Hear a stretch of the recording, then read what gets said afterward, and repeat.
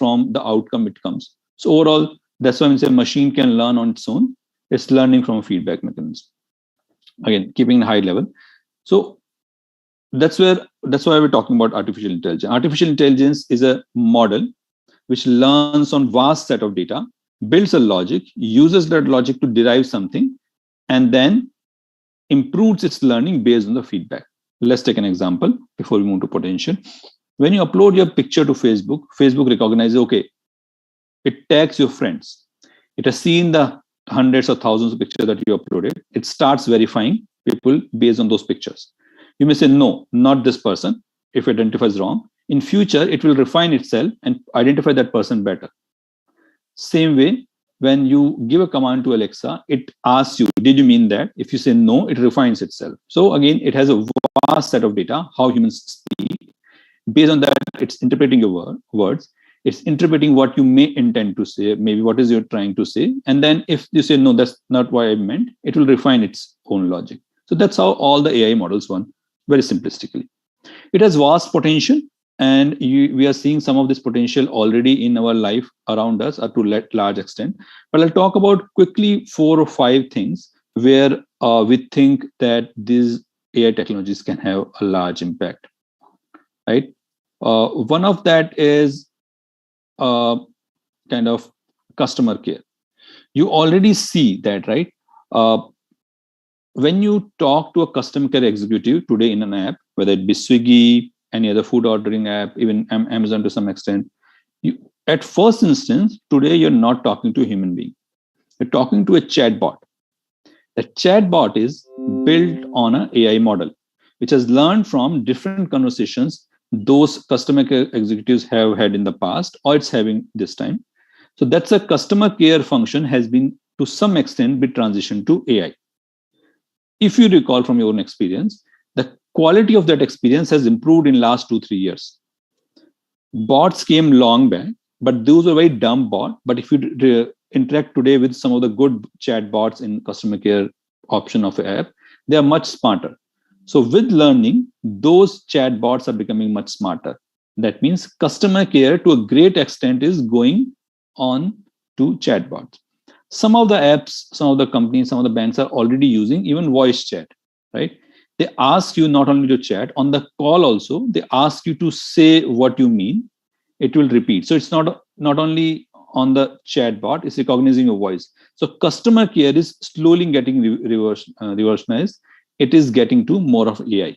And this trend is not going to stop. It's going to increase.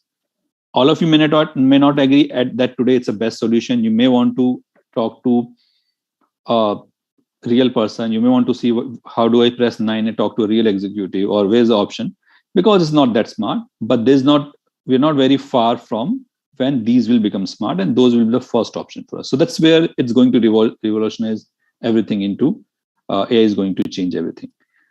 Another thing is media and journalism. Whole media sector is changing, and you can see from on your own, right? There are a lot of articles that you read today online are not written by human beings. To give you a sense, there are a lot of apps available. I can show you a few names where you give 2-3 lines, they write full article for you. Those are free tools you can use, go back and use today, right? What is AI is doing? AI is going and reading thousands of articles out there. It's developing its own writing style. So it's writing on its own. So journalism, media is changing, and we're not very far from the future where a lot of reporting may be done by these AI tools, right? If you know the score of a match, you don't need us human beings to write an article. A bot or a writing bot can write based on what readers are interested in that score, a small paragraph, a couple of paragraphs. So that's where we'll see drastic change in AI. So writing, linguistic, natural language processing is one field. If you're planning to go into that field, that's one area which will drastically accelerate over the years. And when natural language processing increases, not in journalism, it's going to increase in many places. Healthcare, where we already see AI making impact. There are a lot of examples where these AI models are able to interpret better about MRI scans, CT scan, X-ray scans better than human beings, radiologists. And there are issues; those are not all sorted. But with future, we'll see in healthcare, AI's involvement will increase. There's still criticism that it's not perfect. Of course, it's not perfect, but with time, they are not going back. They are advancing. They are getting much better. Humans' pace of learning cannot match their pace of learning. So soon we'll have a time when healthcare, AI will be playing big role. If you are looking from entrepreneur's mindset, that's one area. That a lot of disruption will happen by AI. It will bring down costs very drastically. Business services, very wide area, right? Different business services, legal services, legal firms are using AI model to do a lot of research which used to be done by kind of junior staff there. So that AI models are doing. HR services, a lot of firms are using HR tools to filter resumes and all, taking mock interviews, all those kind of things. Accounting function, research function, AI models are everywhere. Again, these are not going to stop. You can always work on certain business model which solves certain specific problem. That means it brings down cost of that business service for a lot of businesses drastically. Your growth curve for your business will be very, very high, right? Because you are solving the problem of many businesses with one solution. Transportation, all of us know about, and all of us have been hearing was self-driving car. Again, it's not a science fiction. Maybe it was science fiction 5 years back. Today, this is reality. There are already cars running on roads of a lot of developed countries, which are using these AI models to great extent. It will continue to happen in future. Transportation is something which will see a drastic change from AI. Manufacturing, a lot of manufacturing has been automated. This trend is going to increase. A lot of manufacturing, AI will change manufacturing completely in near future. Another area is education. And when I say AI into education is different from just online learning. Online learning is you record a video, put it out there, you do a live class that the way we are doing, put it there. AI is going to change it drastically. When I say AI is going to change it drastically, it's going to learn from your behavioral pattern, the way you move slides, the way your eye movements are there. It's going to change its content, the way you respond to the questions. So that's where AI will come. And we are already seeing a lot of that coming into that. But that's area where AI has not played a big role. But when it comes up to that scale, it will change education system drastically. And we can talk some of that if you have questions. Logistics, supply chain, AI is playing a big role, decreasing the transport time, finding best routes, a lot of things where AI is will change whole logistics from warehouse to delivery. Retail, we already know there are a lot of online apps which we already use. How AI is doing, AI is decreasing the cost of acquiring customers, suggesting you better shopping options. It's now you see a lot of small brands taking traction, right? Till 5 years back, there's a conception that okay, small brands can't compete with MNC brands. Today that's gone. A lot of you buy from very small brands which are just started. Marketing costs have gone down, their cost of acquiring customers. So retail is drastically changing with all the AI models, and it's continue to do that. As these retail companies have more data about you, they will optimize their business models accordingly. Governance, it's helping government to do better governance, finding out what their citizens want, provide them services better. So you'll see a lot more AI into governance as well. I'll take a pause. Any questions so far? Again, I said I'll keep it high level and leave a lot of questions, but I can always come back to some of these topics in detail if any of you are interested. But I'll still take a pause. Any questions you have on any of these points? Then we'll go to pitfalls, things that we should be very, very cautious as you adopt AI into business or anything else.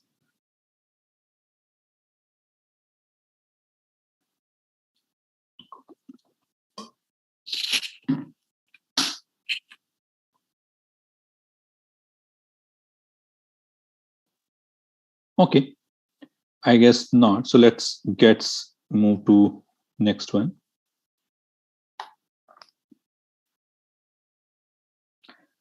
One thing that is very, very prominently heard and discussed, and it's everyone's concern, is bias in AI.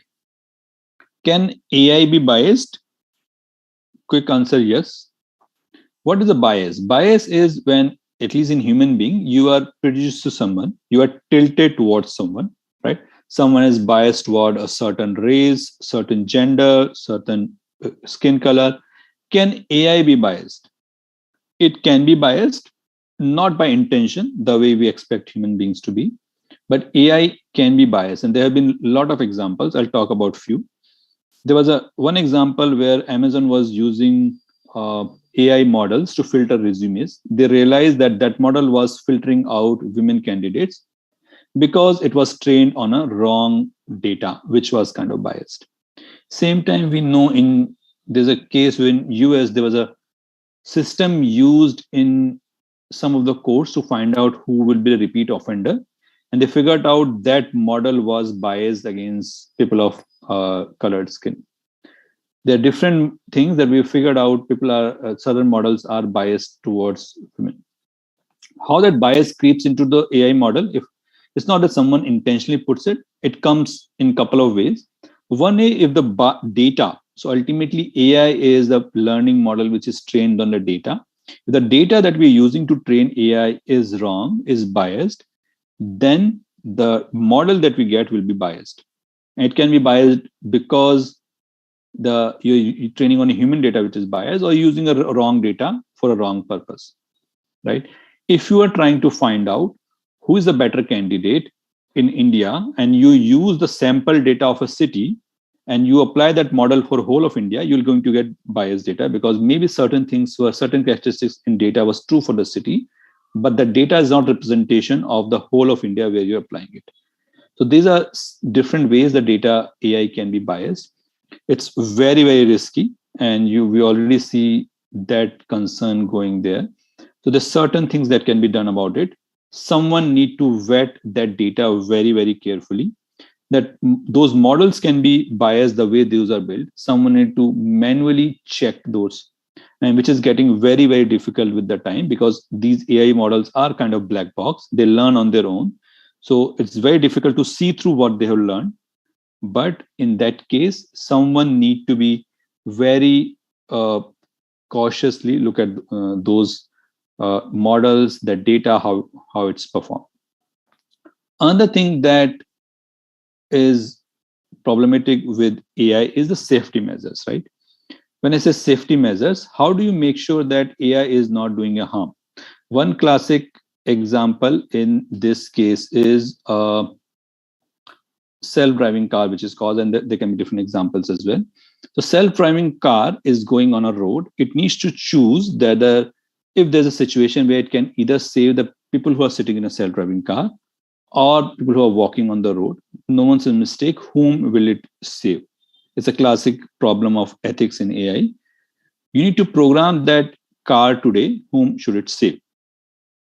I'll take a pause. I know I've been talking one side, but maybe someone who wants to contribute can mute themselves or request to be muted. And let's talk about that. If you are sitting in a self-driving car, and self-driving car needs to decide there's a bumper. If it hits a bumper, people sitting in the self-driving car will die. If it doesn't hit the bumper, it will hit people who are crossing the roads. What should a self-driving car decide? Anyone?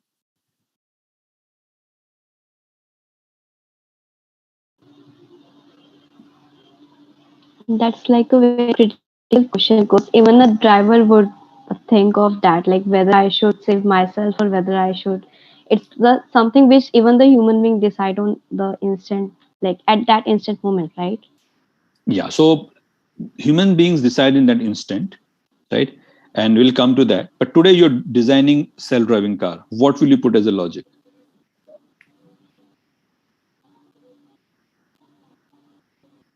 No idea. Anyone? So what should be the logic of that? Should it hit the bumper or obstacle on the road and risk the life who are sitting, or should it avoid and risk the life of those who are crossing?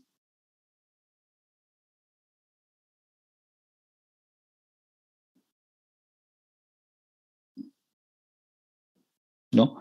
Yeah, so that's a classic question. As you said, whatever driver decides will be taken as that's his decided in an instant.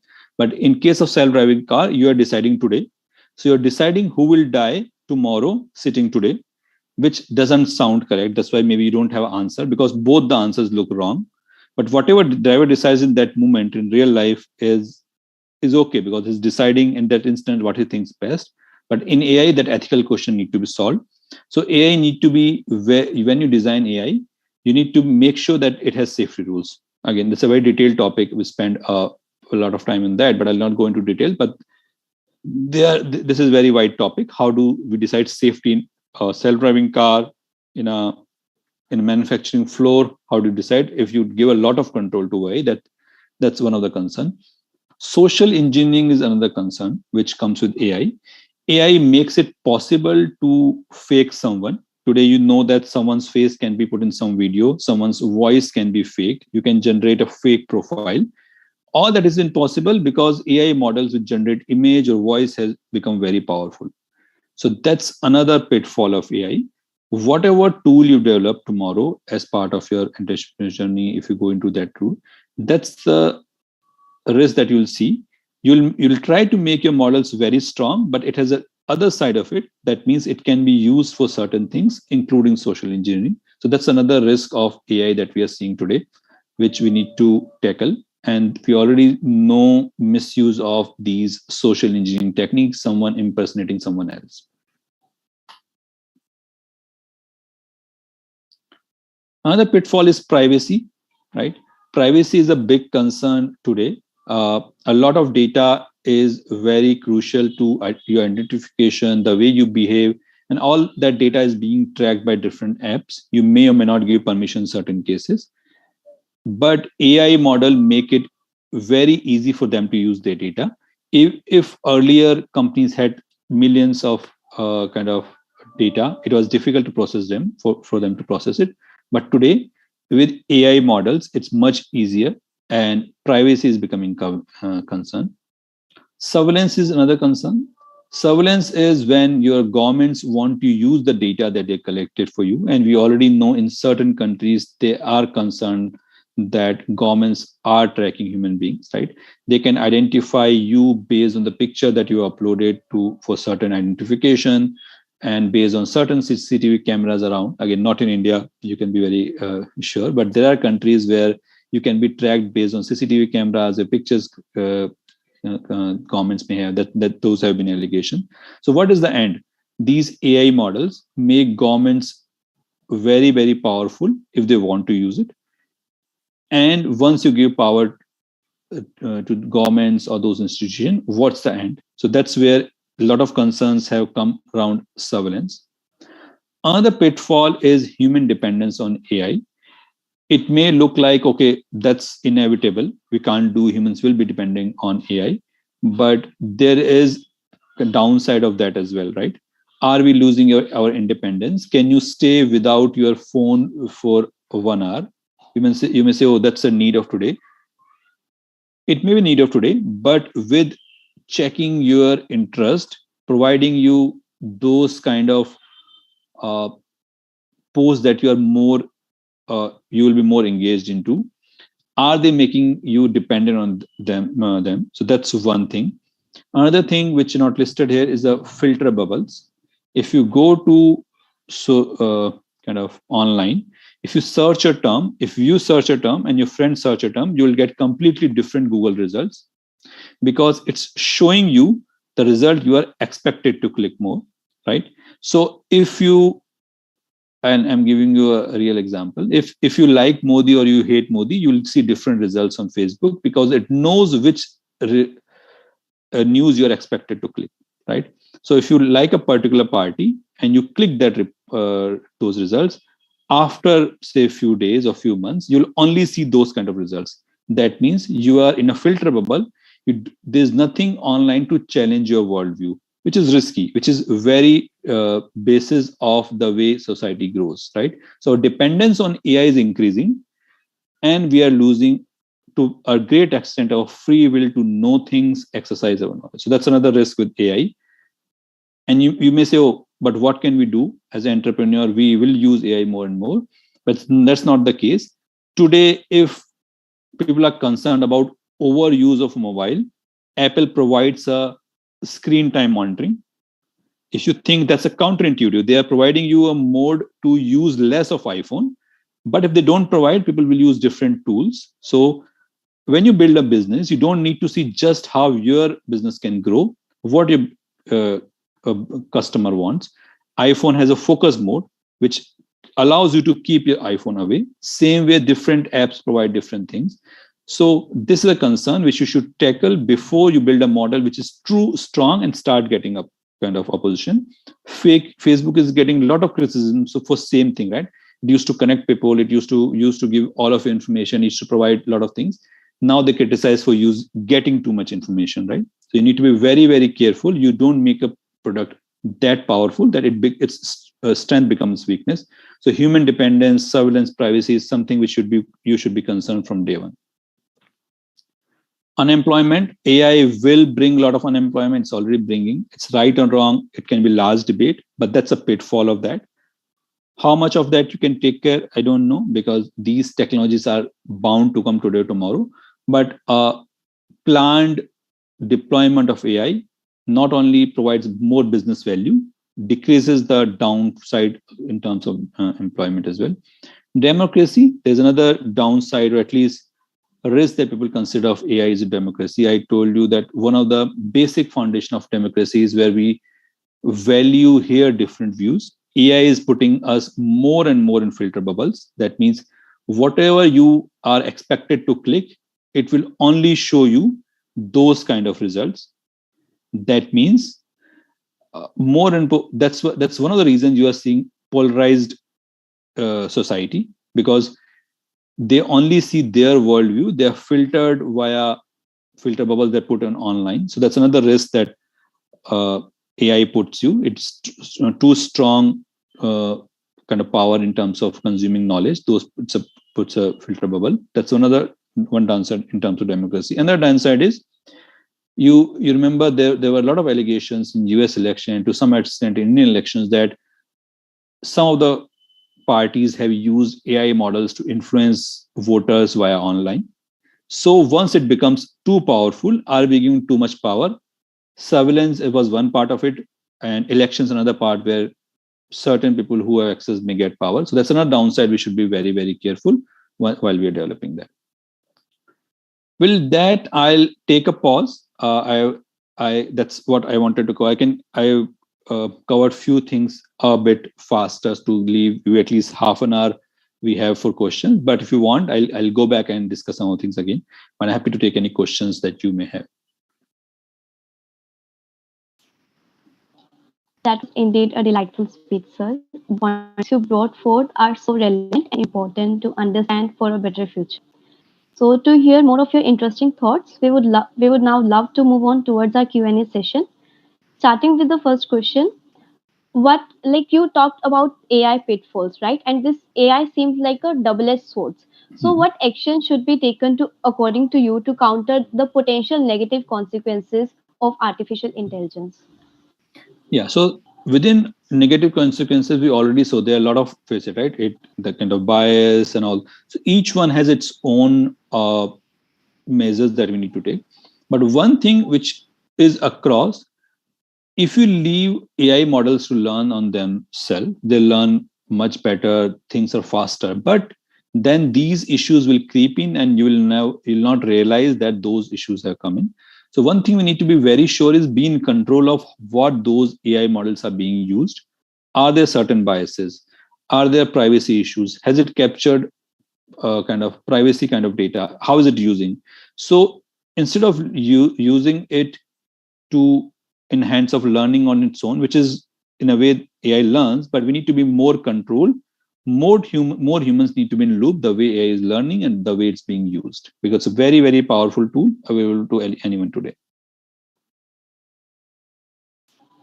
Yes, basically taking the control and not letting AI take the control from human beings is what you're trying to say. AI is not a person who will take control, but if you leave unattended, some humans who want to take advantage may take, right?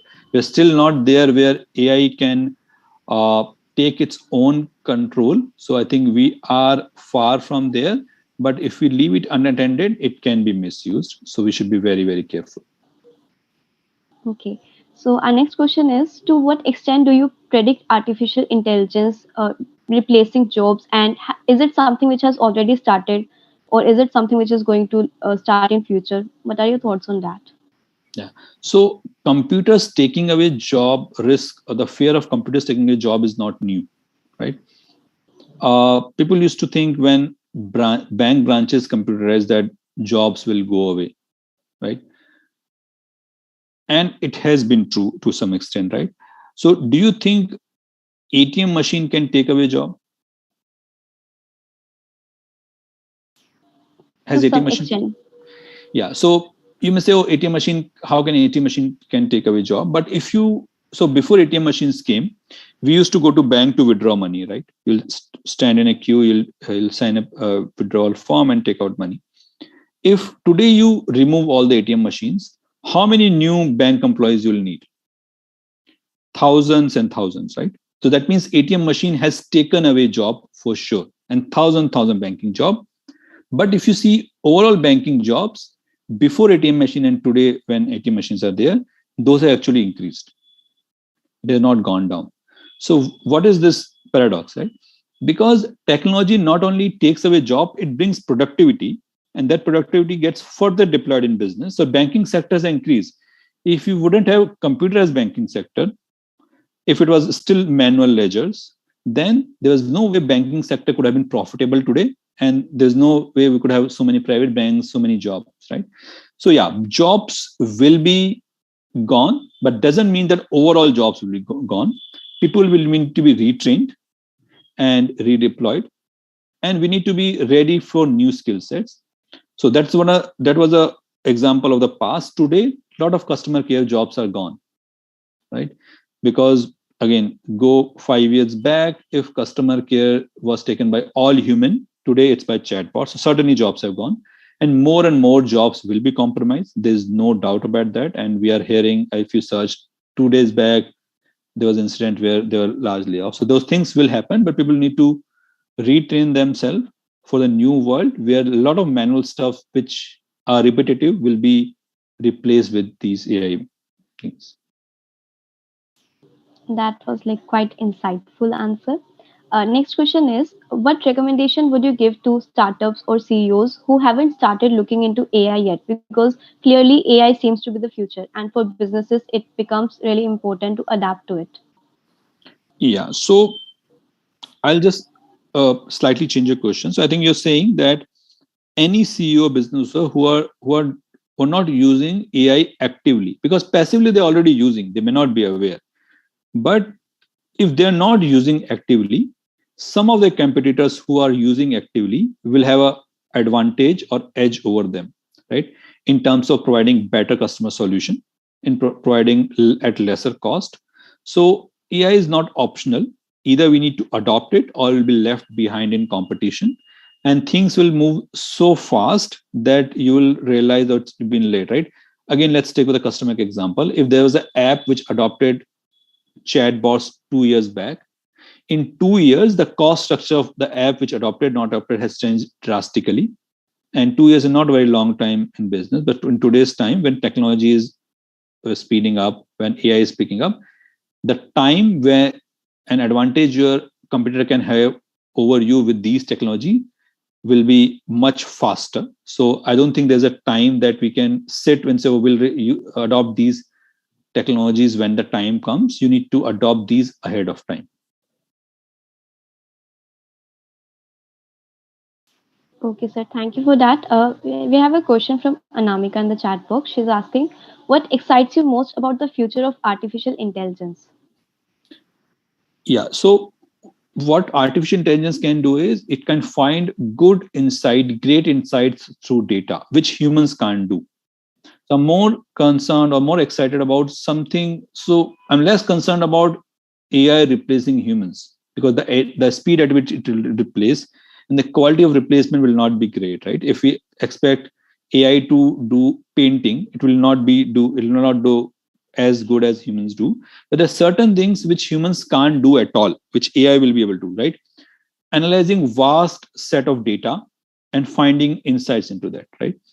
Today, can we figure out what's the best way to solve environmental problem, because we can't see how pollutions, how cars are behaving across thousands and lakhs of cities around the globe, millions of cars. No human can do it, but AI can do it. So I'm more excited about what lies in underlying data, which we've been blind to, what insights we can get it with the help of AI, and what big global universal problems it can solve. I think that's where I find at least more exciting, but those are beyond human capabilities. That's where AI can augment it us, not replace us. That's really exciting and awesome to hear. Khushi has asked in the chat box, Sir, won't AI solve the dilemma according to the data added to it? And I think this is in regards to the self driving car problem, which we talked about. Yeah, so it will solve the problem based on how you program it, right? But what do you program it? That's the problem, right? That's the dilemma we need to solve today. So it's not AI's dilemma, it's a developer's dilemma, right? What do you program it? So that's why I said that problem is not that what AI will decide. The problem is what you will tell it to decide today. Because whatever you decide, who will be killed, you are writing someone's life today.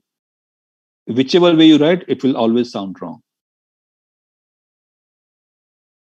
We can extend that example goes a long way, right? What if those who are crossing are old and who are sitting in car are young? Does your answer change? What if you are on a motorcycle and you are wearing helmet and the person crossing is that? So you may say, oh, I am wearing helmet, so maybe self-driving car or motorcycle should hit the roadblocks because passengers chance of survival are high. Then the question comes, should someone be punished for wearing helmet? That means because you're wearing helmet, then AI will let you hit the road. So there's no end to it. But how do you decide those things are going to be crucial? So the decision making factor in the end is human beings only, because we are the Yeah. one who are to Yeah. give the data to AI. Okay, thank you, sir. Now we have a question from, I think, Latasha. Many people fear to enter the AI world due to the negative and how fast it can develop. What would be your suggestion to help people to come up and use AI? Yeah, again, maybe what you means is AI negatives. I don't think we should be worried, but it changes very fast. So I'll top your question, Natasha, to some extent. Sometime I hear that from young entrepreneur, right? How do I compete with big companies who have a lot of resources to use AI, right? Or what if I develop something and I'm competing, their AI model is changing so fast? How do I launch something, right? Today, you're not starting from zero. It's not that you need to train all of the data. All these AI models are out there available. So you can sit on the way we say shoulder of giants, right? So if you take a Microsoft Azure account, you are using some of the AI models which Microsoft already has, or in Google Cloud. So how do you think these new startups are using AI model and competing with big giants, right? So a lot of latest data is already available there. So to answer your question, AI is changing, field is changing, but the resources to use AI are also changing with the same speed. So you should not be worried. Just need to keep upgrading yourself, learning about new things. In terms of negative impact, you should be very cautious, but that doesn't mean you can't use it. A lot of other people will use it. Your competitor will use it. You just need to be cautious and ask your question: what I'm doing, does it have a negative implication? Maybe the answer will be yes. What I'm doing to mitigate that, to certain extent, you will be able to mitigate if you're conscious enough to keep asking that question.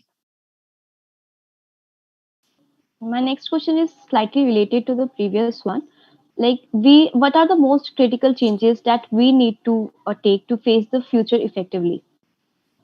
Yeah. So future effectively, again, I'm thinking you're saying more in terms of employability and everything, right? The one factor, right? So let's talk from two. One is in terms of employability. I get asked a lot of question is, okay, if jobs are going to get away, how do we prepare ourselves for future? Two things is, anything which is manual, repetitive will be replaced sooner or later. Now, 6 months, 9 months, 12 months, 2 years, 3 years max, right? So if you're doing something which doesn't add a lot of human value, that means you need to develop a skill set which are very unique, right? A skill which has needs human interaction, your creativity, curiosity is not going to be replaced anytime soon, or maybe for a very long time. So you need to change the skill set that you have. Second is you need to be very conscious as a user. So that was about job, right? uh, Second thing in the job you need to be very sure is the model that you learn something in school or college and then you use it for job will go away. People will need to relearn a lot of skill sets during their career life, right? Someone did a graduation, they got a banking job and stayed there, retired from there. That is something for the past. Maybe our grandfathers did, to some extent our fathers did, right? That is going away. Today, if you pass out, you need to be ready that whatever you're learning may become useless after 10 years. So what do you need is a skill set to learn something new. So you should never lose anything to learn on your own, right? And most probably once you are in 50s, you are not going to go back to college to learn. So do you have ability to self-learn something? Most of the AI startups or technology startups that you are seeing are actually developed by people who didn't learn these things in college. They are self-learner, and they are beating some of the folks who learn these skill sets from some of the best colleges. So ability to learn on your own is going to be very critical. And most of us don't have that ability, to be fair, right? Because we have got into school, college and all. But that's a certain skill set which will be missing if you don't develop it today. Thank you, sir. So education is also something which is like we talked about education as well, right? Which is going to be impacted. And you also run your Jigyasa Foundation, which is somewhat related to education. So we'll touch upon that. So would you please start by telling about your foundation and its goals? Sure. So Jigyasa Foundation, as the name says, it's about curiosity, right? It started 10 years back when we saw that, okay, education, how does education work? Education work with someone wants to know something, then they learn. That's how learning works, right? Galileo wanted to know about the stars, so he pulled out his telescope and learned. Newton saw the falling apple, and all those things. No one told Newton that it is in your course, tomorrow it will come an exam that you need to figure out how the apple falls, and then he figured out, right? Real learning, real discoveries have never happened via someone telling you what to learn. It has never happened via curriculum. It has always happened via curiosity, which is jigyasa, right? Education system has changed, right? Why can't we have a college? When you go to college, again, I speak these things in colleges, so I am speaking in a college. But why can't happen that you go to college and teacher asks, what do you want to learn today? But we have moved from curiosity to curriculum. You're already told what you learn in your 3 years. Where is your inner desire to learn, right? That's where education has taken a wrong turn. What you're working on, and to some extent we have worked, it's a long journey. We want to move things from curriculum back to curiosity. You will drive learning, and the learning happens much faster. So we work on certain models where we say, okay, students tell us what they want to learn, at what speed and when, and that's where learning happens. We work with certain government organizations, and give you an example of one of our recent project. And some of our projects have come to real halt in COVID because we work with government schools which have been closed for some time now. There was a government school where a lot of computer systems were there. Someone donated them, but they were never opened. But who will teach the kids about computer? Just donating doesn't work. So we went there, we brushed up their computer lab, cleaned it up. Then we started work. We switched on the computer, and we are working our students of fourth or fifth class. We asked them to start using computer, and we are only there to help them whatever their queries. We don't have a curriculum to tell them Word, Excel, and all. And we did realize that they are learning much faster about these computers than we can learn, right? And you guys are sure, right? If you buy today a new phone, which is not Android, iOS, or then new operating system comes, it will take 2 days to just figure it out how that works, right? Because that's your curiosity. What's different about computer? Why do I need to tell someone how Excel works, right? You need a teacher to guide whenever their query comes, right? That's where we figured out, right? There are other examples of how we work. So overall, our idea is to change learning models to student-driven learning, then teacher-driven learning. And we think in a longer term, we can apply it to any curriculum, any course, any kind of skill sets. That seems like a very effective way of learning, like students taking the initiative. And I think the teaching learning process happens better when students take the active initiative. So that's really nice, sir. So I would like to ask, what incident or event like made you set up this foundation? Was it that from your childhood you wanted to do something like that, or was it a particular incident that made you like take this action to go ahead and set up this kind of Jigyasa Foundation? Yeah, there's no incident as such, but again, I've always been interested in teaching and learning. So I used to teach when I was studying myself. And as you say that, as you see, I do these lectures because I like to interact with the students, right? Most of the time, the queries, the entho, the things that come out, I learn something new. So I've always been interested in teaching, whether it means taking time out on my own to spend extra time. So that teaching has been my passion always. And one thing was always on my mind, that what can I do which can make a real difference to society? Everyone is doing a lot of things about, but education, which I thought is something neglected 10 years back. Today, there are a lot of ed tech, but again, I still think the motive is launch a good ed tech, make a profit and sell it out or something. Idea is not to change the education itself, right? There are a lot of education ed tech coming, which will give you same engineering entrance exam in a better way. But focus still, you need to be engineer, right? Medical focus still out there, right? So I think that gap is still there. There lies a big opportunity to change the education system. So to summarize, my interest always lies in education. I always enjoy teaching a lot. Uh, and that's where I think I make a big difference. And that's a wide where no one is trying to change the education. Everyone is trying to improve the method of teaching what we're already teaching. So I think there's a big opportunity to change the things altogether. That's why we kind of set up this. And that's a really nice initiative, sir. So, like to bring the change on a wider level, how do we train our teachers and leaders to leverage new technology? We talked about AI and we talked about how to use the toolkit in our education system, and how do we prepare our teachers to leverage that new technology? One thing which I'll say, and which will sound very controversial, but so it will sound 100% controversial, and 100% of you may agree with me. Today, people who become teachers in schools are not who are passionate about teaching. Most of them, maybe 90% of them, think, okay, they can't do something else, they should be teacher. It's a very controversial, but it's a reality as well. I don't think that's true about the colleges. Colleges need good professors and all, which are actually interested in teaching, but at least that's how school teaching works, right? You need to change that. You need to make teaching a rewarding experience. So when people are considering their career option, they think teaching is one of the options, which gives them what someone wants from their career. And only people who are very passionate about teaching should come into teaching, which will this will not change overnight. It will take years or decades to change, but we need to start doing that. And governments and NGOs need to play an active role in that, so that people, best of the folks, can come in teaching. If you can't invest best of your talent in training next generation, nothing else is going to work, because foundations have been set up wrong, right? So that's something we need to change. Use of technology, I think, will come later, but passion about teaching is something which we're missing in our education system, which has to come. If you're a passionate teacher, he'll overrun the curriculum, he'll devise new plans to train kids, but that's something basic we're missing in at least elementary education. I completely agree with you, sir, on that point. Next question is, would you like to share your opinion on digital learning as the future of education?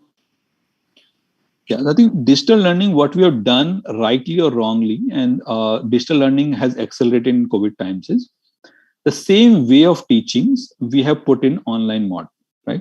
We didn't have option. We had to close down schools, colleges overnight, which is completely fine. The mistake would be thinking that that's all about computers, digital has to offer. No, it's just taking the same problems of education in a digital mode. If your curriculum is wrong, whether you teach it online or in presence, doesn't matter. It's still wrong. If your method of teaching is wrong, still wrong, right? So digital learning has to be more than that. That means it has to use the capabilities of visualization, AI models, understanding students, understanding student behavior, and bring that in education, which is missing to a great extent. That's where the huge potential lies, right? Can learning figure out what is interesting me or not? Can it change the delivery of lecture based on for each student based on how they're behaving, right? If so, that's one example of how digital learning can play a role. Second is we can't replace digital learning with completely with the learning, right? There's a presence of a teacher on physical interaction has own importance. So it has to be longer term mix of both. But digital learning doesn't mean just making a video of that or making animation of that. It has to use all the digital capability, AI capability to enhance the education, not just make it from physical to digital. Yes, sir. So we have a couple of questions waiting in the chat box. I'll take from the audiences. Yeah. Suhani is asking, how can one start the journey of learning AI and apply in my entrepreneurial journey? Yeah. So that question can come from two kind of people, right? And both are right. One person, okay, I know the technology, I understand technology and want to learn AI. There are a lot of tools outside available which are much better. There are a lot of international universities which have put courses online, Coursera and all those things, right? You can learn from basic, do that, right? There can be a second kind of people who say, okay, technology doesn't interest me. I want to learn because I need to start my entrepreneurship journey in AI, but I'm not a technology person. I don't want to code, which is completely fine. There's a misconception that everyone need to code in the future. That's a wrong conception, right? If you want to start your entrepreneurship journey in AI, doesn't mean that you need to be a programmer. That means you need to have an idea as a user of business to tie up and work with someone who understands AI, who can program for you. So both way, figure out which category you fall. If you fall in a category who can code, whom technology interests, who can take initiative, there are a lot of material out there you can learn on your own. You will, if you start searching, you'll find that it's better than some of the colleges which are providing. But if you're not a programmer, don't stress yourself. How do I learn, right? Oh, I start a course, but again, I don't understand what the variables are, how the logic works, how the looping works. That's fine. Maybe coding is not for you, which is completely fine. I don't want to go in direction. Okay, everyone should code, but you can still think in business term, business model, and work with someone who understands AI. You still need to understand how AI works, but maybe not to go to the extent of creating course models on your own, but work with someone else. Thank you, sir. And I hope this answer will just inspire our audience to go ahead and explore this arena of AI. Next question we have from our audience is, since you are the founder of an organization for innovating education, how is social networking impacting learning according to you? Social networking, one is generic social networking, right? So social networking or technologies overall is impacting our attention span, right?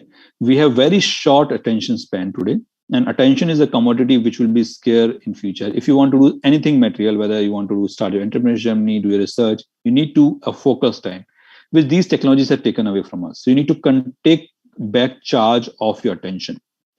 Specifically about education, we still need to see models where social networking can play a positive role in your learning. There are a lot of good things come when you interact with people in a classroom, right? We do a project in together. We still need to see that in a virtual space, because virtual space, with the advantage of making it easy for people to connect, it has a lot of distractions.